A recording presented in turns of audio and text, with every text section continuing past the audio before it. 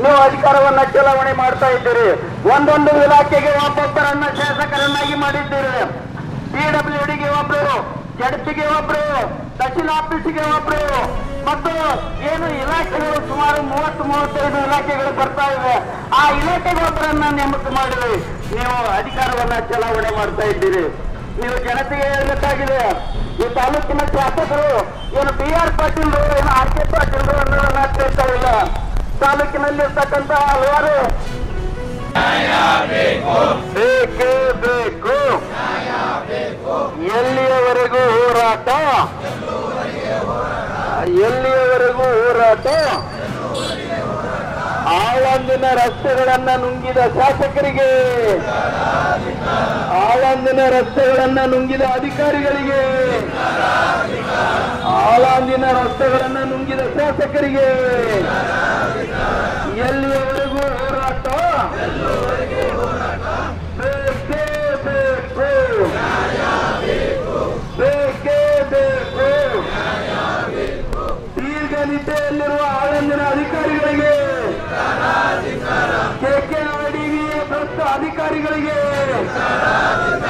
KKRDVಯ ಭ್ರಷ್ಟ ಅಧಿಕಾರಿಗಳಿಗೆ, ಆಳಂದಿನ KKRDVಯ ಎಲ್ಲ ಅಧಿಕಾರಿಗಳಿಗೆ.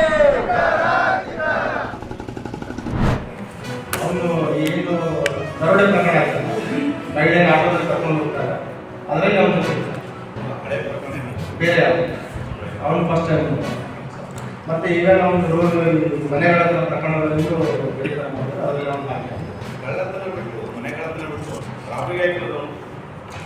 ಅವ್ರು ಬೇಸಿಕಲಿ ಅದೇ ಕೂಲಿ ಕೆಲಸ ಮಾಡ್ತಾರೆ. ಡೈಲಿ ಲೇಬರ್ಸ್ ಮಹಿಳೆ ಚುನಾವಣೆ ಒಂದು ನರ್ಸಿರೋರು ಬರ್ತಾರೆ, ಸಡನ್ನಾಗಿ ಅವ್ರಿಗೆ ಪ್ಲ್ಯಾನ್ ಮಾಡ್ತಾರೆ, ಕರ್ಕೊಂಡು ಹೋಗಿ ಏನು ಅಂಡರ್ ಕನ್ಸ್ಟ್ರಕ್ಷನ್ ಬಿಲ್ಡಿಂಗಲ್ಲಿ ಕೆಲಸ ಮಾಡ್ತಾರೆ ಅಂತ ಹೇಳಿ ಕರ್ಕೊಂಡು ಹೋಗ್ತಾರೆ.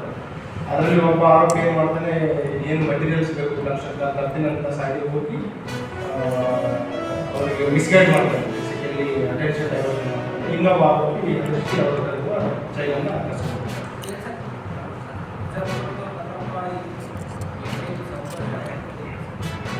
ಇಲ್ಲಿ ಇದು ಕನ್ಸ್ಟ್ರಕ್ಷನ್ ವರ್ಕರ್ಸ್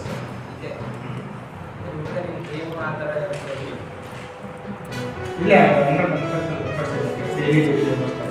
ಸೊ ಅವಾಗ ಇವ್ರಿಗೇನು ದುಂದು ಪ್ರಕ್ರಿಯೆ ಬೇಕಾಗುತ್ತೆ, ಅವಾಗ ಈ ನೋಡಿ ಈಗ ಅಥವಾ ಈಗ ಏನು ಕಾಗ್ಲಾ ಬರ್ತಾರೆ ನಮ್ಮ ಮನೆಗಳು ಬೀಗ ಹಾಕಿರುವಂಥ ಮನೆಗಳೆಲ್ಲ ಟಾರ್ಗೆಟ್ ಮಾಡುವಂಥದ್ದು ಮತ್ತು